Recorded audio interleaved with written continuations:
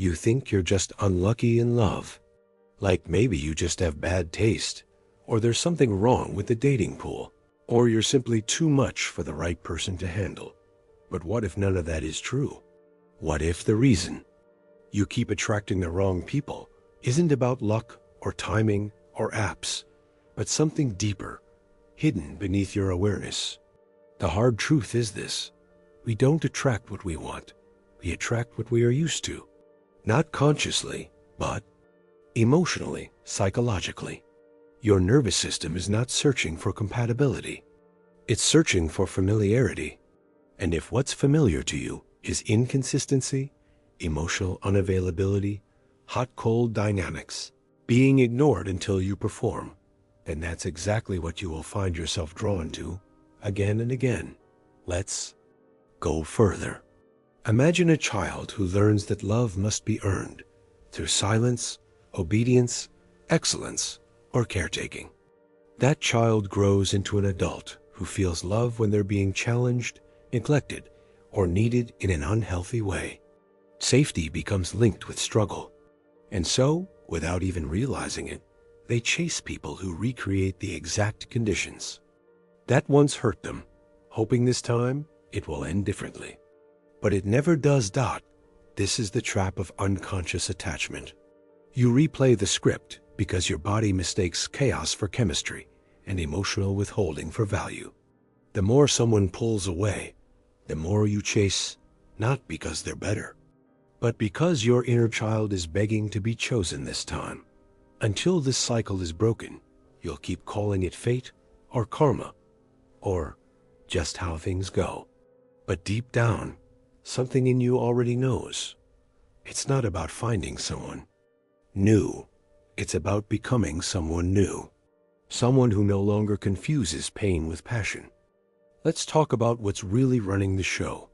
Your attachment pattern. Most people never stop to think about it. They just assume their relationship struggles are random or external.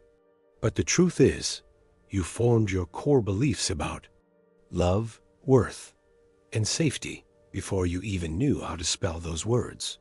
If love felt inconsistent growing up, like it came and went based on your behavior, mood, performance, or your parents' emotional state, your nervous system learned to brace for impact.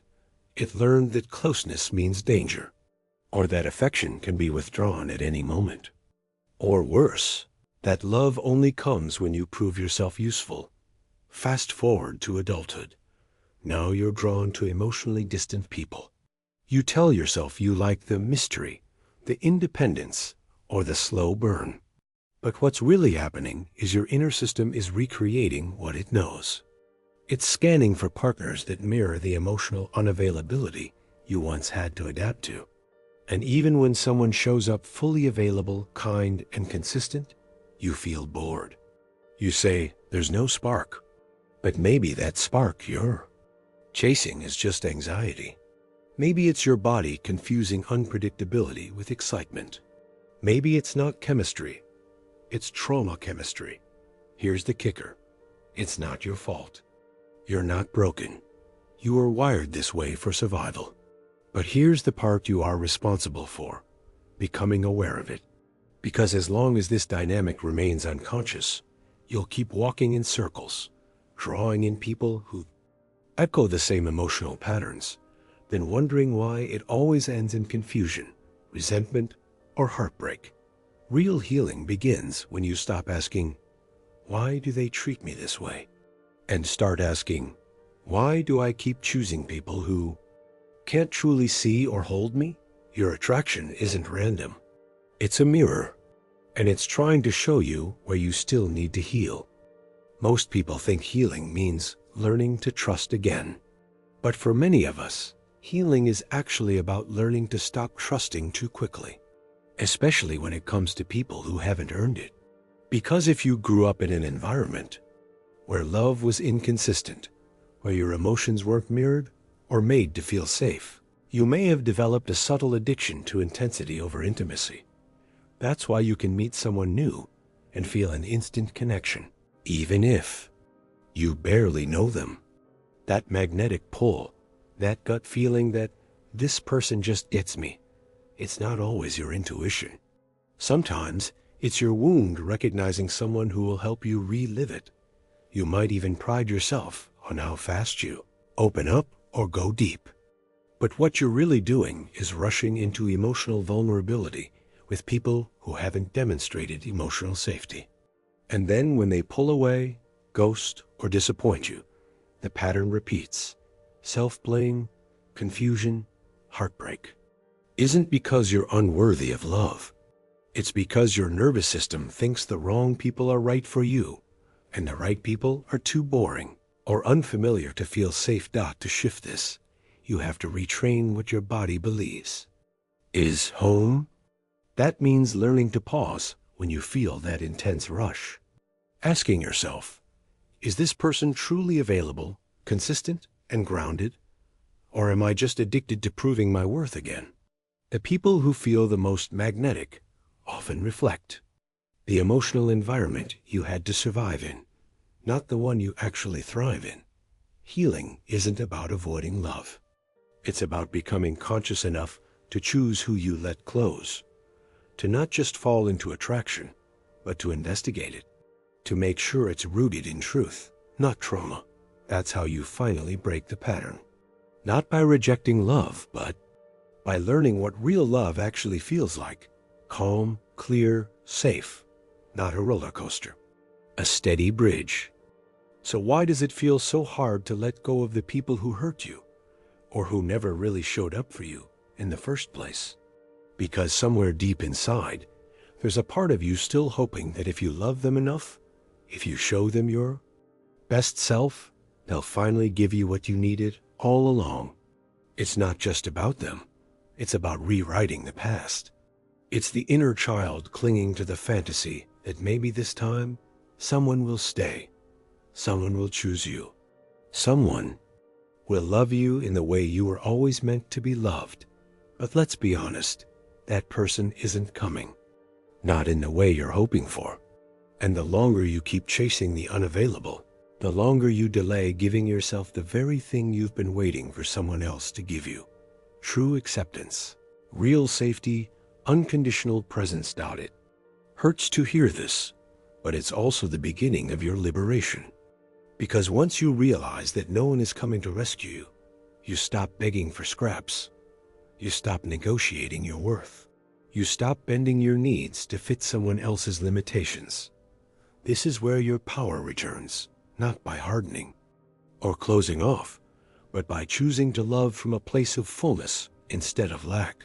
When you no longer need someone to fill a hole in your soul, you stop tolerating relationships that poke at your emptiness. And this shift isn't about perfection. It's about pattern recognition. It's about noticing that feeling in your gut when someone's words don't match their actions. When your intuition tells you, this isn't it. And instead of overriding that voice, you honor it. You leave sooner. You don't chase. You don't over-explain. You protect your peace like it's sacred, because it is. And that's when everything begins to change. Because when you stop betraying yourself for connection, the wrong people lose their power over you. They can't hook you anymore, because there's no wound left to hook into. More importantly, with yourself. So many of us pretend we're okay with things we're not okay with, just to avoid confrontation or rejection. We silence our needs, laugh off red flags, and call it being chill. But it's not chill, it's fear. Fear of losing someone. Fear of being alone. Fear that if we express our truth, the other person will walk away. But here's the paradox. When you constantly deny your truth to keep someone, you lose yourself. And any relationship that requires you to abandon yourself to maintain it is not love. It's self-betrayal. The real work is reclaiming your voice, your boundaries, your values, and realizing that anyone who walks away when you do that is not a loss. They're a revelation. They're proof that your truth was never safe with them to begin with. This is the true cost of growing. You will outgrow people, especially the ones who only liked you when you were small, silent, and easy. To control. But as you start living more honestly, something beautiful happens. Your energy changes. Your standards rise. You stop confusing chemistry with compatibility. You stop mistaking emotional chaos for passion. And you finally begin to attract people who see you, really see you, and who can meet you where you are. Not because you played a role, not because you molded yourself into what they wanted, but because you showed up as your full, unfiltered, authentic self, and they recognized it, honored it, and reciprocated it. That's how you finally rewrite the story. Not by forcing anyone to stay, but by choosing yourself so fully that only those who truly belong can enter your life and stay. Because in the end, healing is not just about avoiding what hurt you. It's about learning what love actually feels like and refusing to settle for anything less.